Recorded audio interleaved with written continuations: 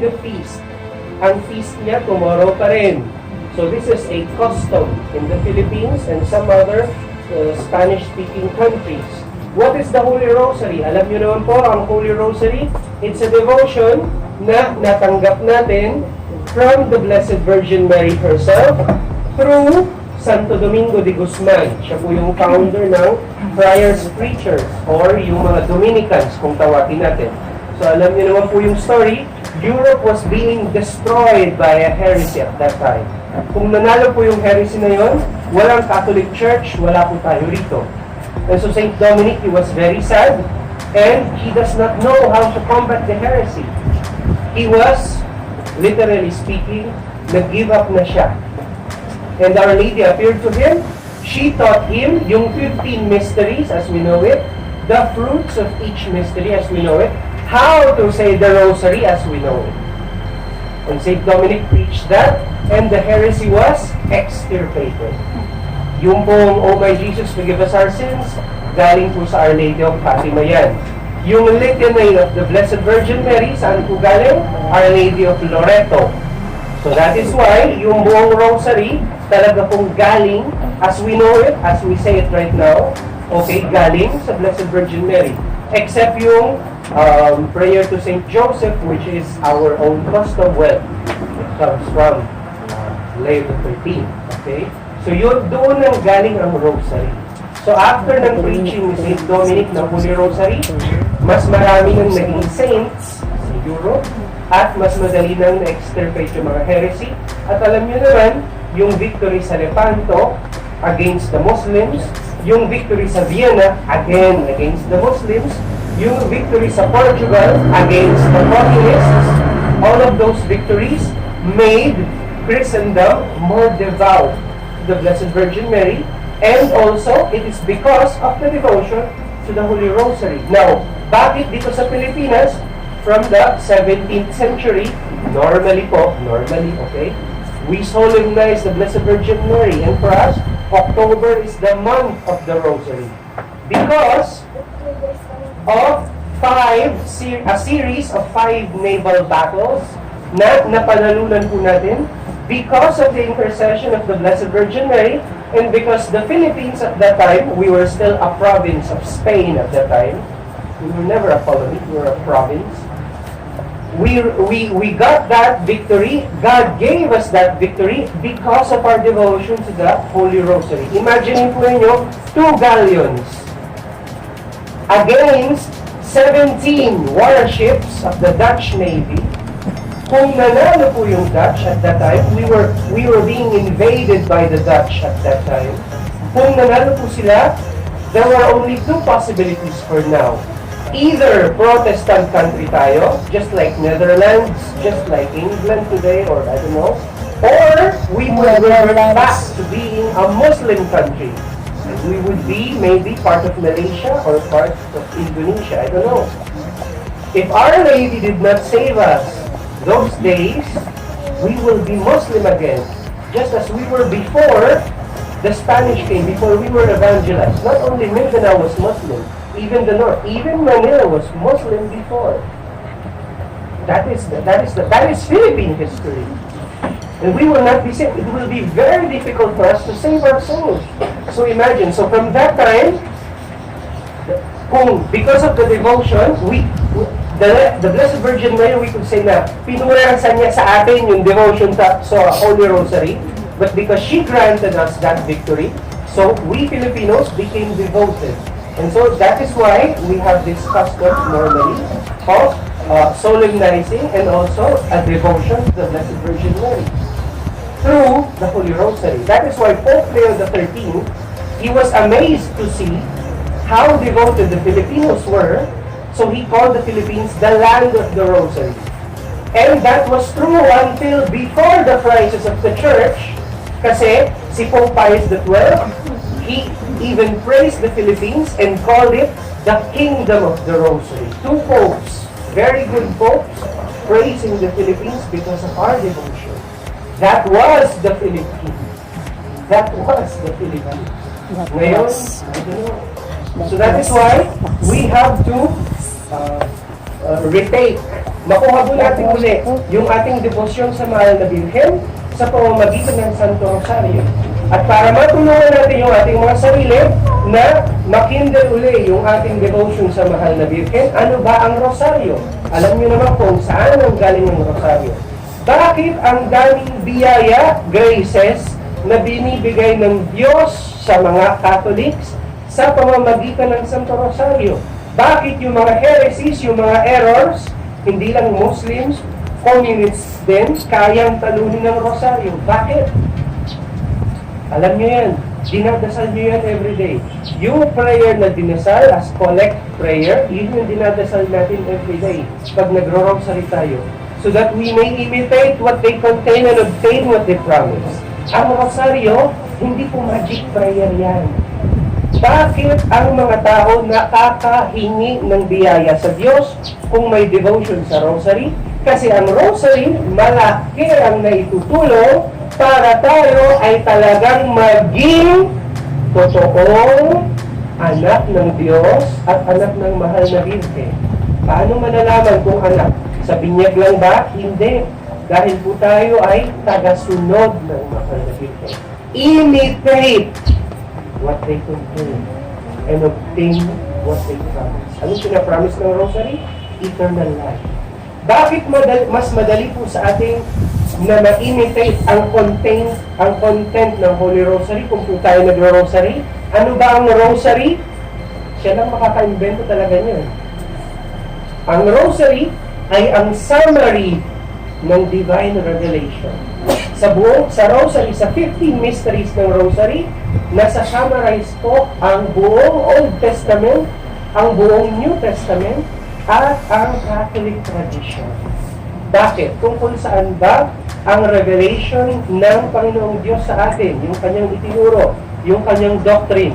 Ang doctrine ng Panginoong Diyos ay may iisang Diyos lang. 3 persons, Father, Son, Holy Ghost. At yung Son, yung Diyos Anak, ay nagkatawang tao para tayo ay iligtas, para tayo ay tubusin. At sa pagtubos niya sa atin, tinupad niya ang pangako ng Panginoong Diyos kay Adan at kay Eva. Dahil may isang lalaki at may isang babae, ang dahilan kung bakit lahat, ang buong human race, hindi may save, kaya magkakaroon din ng isang lalaki at isang babae para mailigtas at matubos ulit ang buong human race. Yun ang content ng Rosary. Ang dapat nating paniwalaan para tayo ay mailigtas. Pero alam naman po ninyo, hindi lang tama, hindi lang basta-bastang maniwala, maliligtas na tayo. Kailangan natin i-practice yung ating pinapaniwalaan. Kaya nga, imitate what they contain.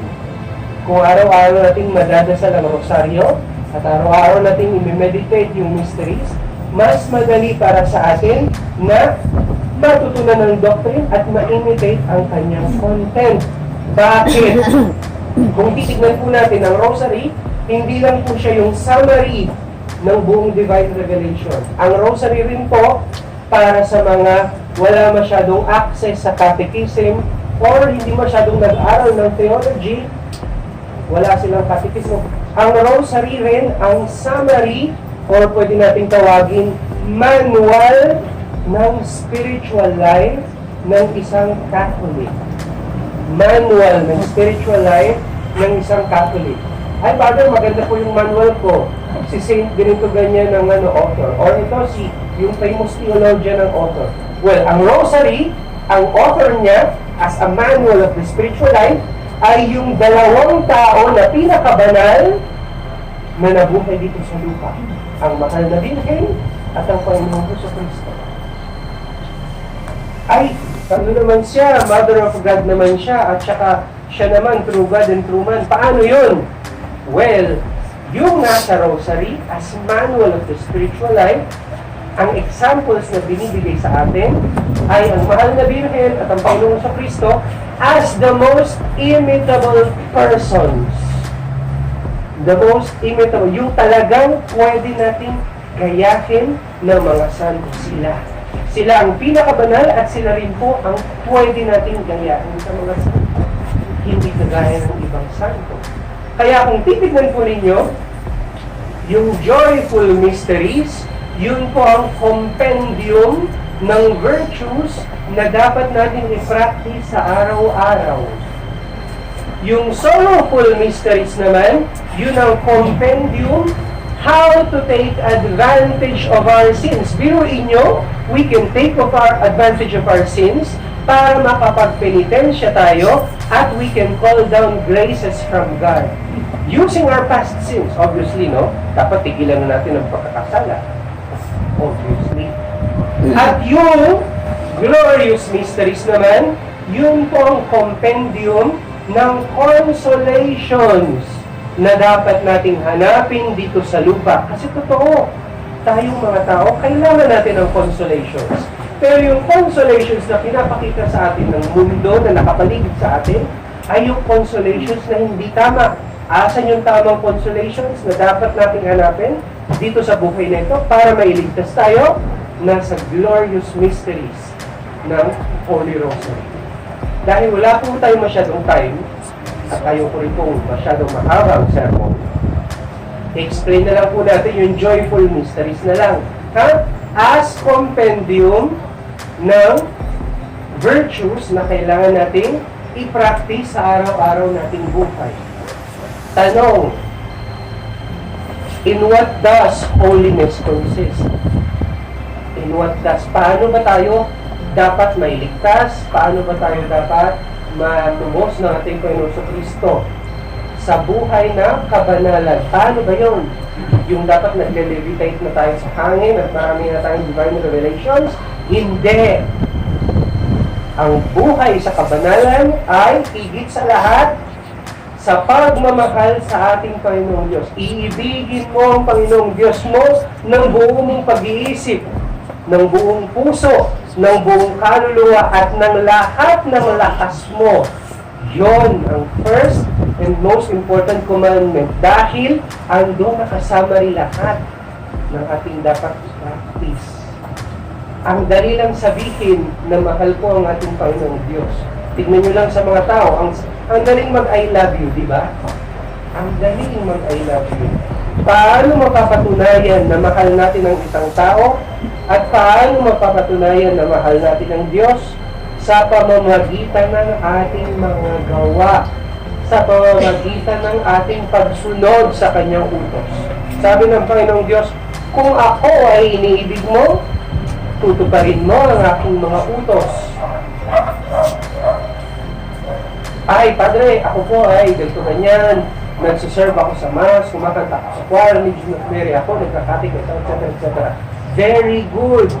Hindi kita pinapagalitan. Ano ang problema?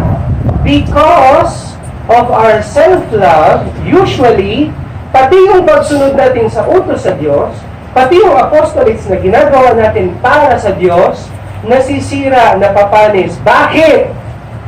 Dahil sa ating self-love, imbis na pure ang ating alam niyo, paglilingkod sa Tagalog ha, hindi paglilingkod sa Bisaya. Sorry po ha.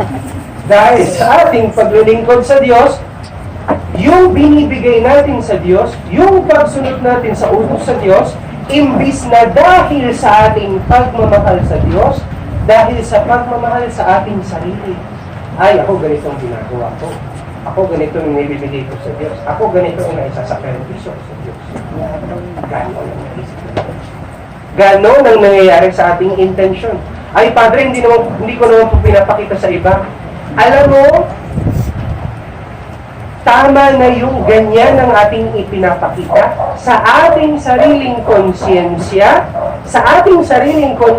lang, at nasisira na ang ating ginagawa para sa Diyos. Ganon tayo ka-complicated bilang mga makasalanan. Pati yung pagpapinitensya natin, minsan, nawawalan ng saysay kasi, imbis na love of God, self-love pala. At hindi natin man lamang nare-realize na gano'n na pala ang ating ginagawa. Kaya, ano lang ang nag-iisang virtue na pwedeng makapag-mortify sa self-love. Ang tawag po sa virtue na yan is humility, ang kababaang loob. Ang humility na napapractice na dapat Diyos lang ang nakakakita. Kaya nga sa joyful mysteries, ano po ang unang mystery? The Annunciation. At ano po ang fruit ng mystery na yun? Humility. Dahil lahat po ng gustong maging banal at mailigtas, dapat mag-start sa humility. Kahit ang mahal na Birhen, ang kanya pong principal na virtue ay hindi purity, kung hindi po humility. Kung wala pong solid na foundation ng mahal na Birhen in humility, kahit po yung kanyang purity ay walang saysay sa harap ng Diyos. Walang saysay sa harap ng Diyos. Humility. So dapat sa kaibuturan ng ating puso, doon muna ma-purify ang ating totoong pag-ibig at pagmamahal sa Diyos sa pamamagitan ng humility. Dapat dito sa loob talaga totoo na ang lahat ng ating iniisip, lahat ng ating sinasabi, lahat ng ating gawa, ang ating pagsunod sa mga utos ng Diyos ay dahil lamang sa ating pagmamahal sa Diyos. Wala nang iba. Kahit yung pagmamahal sa sarili, hindi. Kapag mayroon talagang totoong humility, yan, mag-uumpisa ng tumubo ang mga virtues sa ating kaluluwa sa pamamagitan ng grace, sa pamamagitan ng grasya ng Diyos. Paano? Ano po yung second joyful mystery? The visitation. Ano ang fruit niya? Love of our neighbor. Bakit? Kung talagang mahal natin ang Diyos, paano natin mapapatunayan? Magaling tayong mag-I love you sa Diyos? Hindi. Kung talagang mahal natin ang Diyos, mamahalin natin yung mga mahal niya, yung mga tinubos niya, kung para kanino na siya ay napako sa krus din. Kasi in practice, sabi natin mahal natin ang Diyos. Pero yung ating kapwa, for whom He also gave His life, hindi natin mahal. So ang unang pagpapasensyahan natin, ang unang titiisin natin, in spite of the mortifications na binibigay nila sa atin, ay yung mga nilalang ng Diyos na kamukha natin. Ang tawag sa mga nilalang ng Diyos na kamukha natin ay neighbor. Kung talagang mahal natin ang Diyos, iaalay natin ang sakripisyo natin para ating mahalin ang ating kapwa na may mga defects din, kagaya natin. Na may mga bisyo din minsan, kagaya natin. Na may mga pagkukulang din, kagaya natin. At kung ang Diyos ay namatay para sa atin, pues ganun din po ang gagawin natin para sa ating kapwa. Kaya nga sabi niya, walang pagmamahal higit sa pagmamahal sa iyong kaibigan, pagbibigay ng iyong buhay. There is no greater love than he who lays down his life for his friend. That means to say, for his neighbor. Hindi pa yun hinihingi ng Diyos sa atin. Pero ang hinihingi ng Diyos sa atin ay ang mapagpasensyahan, mapababang loob tayo sa ating kapwa. Kaya nga yun ang second joyful mystery. Pagkaya na nating mahalin ang ating kapwa dahil sa pagmamahal sa Diyos, ibig sabihin, pwede natin mahalin yung iba pang mga nilalang ng Diyos na hindi katulad sa atin. Ano yung mga nilalang ng Diyos na hindi katulad sa atin? E di yung iba pang created things, material things, or spiritual things. Material things, pera, property, university title, I don't know, trabaho, position sa opisina, or whatever. Okay? Yung mga spiritual things na nilalang ng Diyos na hindi natin kagaya, honor, reputation, health. Kaya nga, ano po ang third joyful mystery? The Nativity of our Lord. Ano ang fruit ng mystery na yan? Love of poverty. Anong ibig sabihin ng poverty? yung tinuturo sa atin, unfortunately, ng modernism, na ang poverty daw ay wala ka ng property or whatever. Communism din, yan ang tinuturo. Hindi. Poverty means kung ano ang ibigay ng Diyos sa akin at gamitin ko lang yon to serve God. Gamitin ko lang yon as much as it makes me serve God. Nothing else. That is true poverty. Poverty is not a synonym of misery. Kagaya ng sinasabi sa atin ng mga komunista or ng modernism. Okay? Hindi ibig sabihin ng poverty, misery. Ibig sabihin ng poverty, lahat ng created things na ibibigay sa akin ng Diyos, gamitin ko lang sa paglilingkod sa Kanya. That means, sa pagtupad sa aking duty of state. Duty of state. Doon, first and foremost, malalaman natin kung ano ang kalooban ng Diyos para sa atin. Duty of state. Saan ako nilagay ng Diyos? At ano ang mga obligasyon na expected niya from me? Pagkaya ko nang mahalin ng Diyos sa aking kapwa at sa mga created things na binigay niya sa akin, ibig sabihin nun, pwede ko na siyang ma-obey ng totoo. Ano ang fourth joyful mystery? The purification of the Blessed Virgin Mary. Ano yung dalawang fruits niya? Obedience at saka purity. Kailan totoo ang obedience? Pag mabilis akong mag-obey, pag mabilis akong sumunod, yun ba ang measuring stick ng obedience? Yun ang measuring stick ng obedience? Hindi. Malay mo, may sakit ako, hindi ako maka-obey agad. Ibig sabihin ba nun, hindi na pure yung obedience ko? Hindi. Anong measuring stick ng obedience? Purity of intention. Kailan may purity of intention pag nag-obey?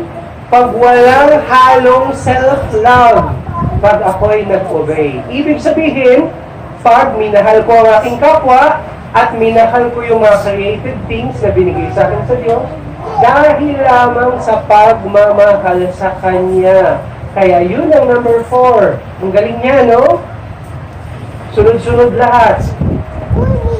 Kasi imposible ang totoong obedience kung hindi ko kayang gamitin ng karapat-dapat yung mga biyaya na binigay sa akin ng Diyos.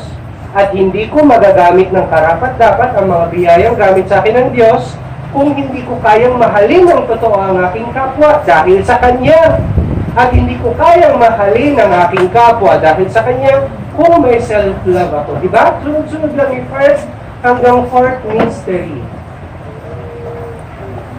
Diba ang galing? Sabihin nyo naman, oh, Father, asan po yung purity doon? Purity of intention means that our pride is already mortified. And normally, dahil po tayo ay body and soul, kapag mataas po ang pride, ang kapatid niya na bisyo na nasa ating katawan, ang tawag sa kanya ay impurity. Kaya nga po sabi ng mga santo, laging sinasabi nila, okay, ang pride daw at saka yung impurity, laging magkasama. That is why, kung may purity of intention na, kaya na po nating i-practice din ang purity. Minsan, nahihirapan tayo sa purity, hindi dahil mga masasamang tao tayo. Kung hindi dahil, minsan, hindi lang natin napapansin, mataas pa lang ating pride. Yun ang first impediment, bakit hindi natin mag-practice ang purity? Hindi natin napapansin. Bakit hindi natin mapansin? Because pride also causes a spiritual blindness para hindi natin makilala talaga ang ating sarili. Yan ang problema sa pride. At kung hindi natin kilala ang ating sarili, mahihirapan din tayong ma-submit yung ating mga passions back. At ang number 1 sa ating mga passions ay ang impurity. Kaya nga kung may purity of intention na, sa pamamagitan ng grasya ng Diyos, kaya na rin po natin ang purity. Yun po yun. Kaya tatapusin na natin. Ano ang fifth joyful mystery? Ang Panginoong Jesucristo na nawala at natagpuan uli sa templo ng Jerusalem. Okay? Ano yung fruit ng mystery na ito? To do the will of God in all things. So, is it still difficult to understand? Bakit yun ang fruit ng fifth mystery? Hindi na. To do the will of God is simply to do the will of God in all things, at all places, at all times, is simply the love of God in action. Wala na. Wala nang mystery. Yung 5 mystery, it uncovered for us what used to be a mystery for us. Bakit hindi ko kayang mahalin ang Panginoong Diyos? Ayan. Yan ang sagot. So wala na tayong time, saka na lang siguro yung sorrowful at saka yung glorious mystery. Pero at least, yung everyday practice natin ng virtues, alam niyo na kung paano matutunan sa mahal na Birhen sa kanyang Rosario. Kaya sa misa po na ito, dear faithful, tingin po natin sa kanya yung ating hinihingi tuwing tayo nagro-rosaryo at yung hinihingi natin sa misa na ito, na ating pong magaya, kung ano ma-imitate, kung ano ang laman ng rosaryo, at pamamagitan nun, makamta natin yung promises ng rosaryo. Ang buhay na walang hanggan, ang ating kaligtasan. En el nombre del Padre, y del Hijo, y del Espíritu Santo.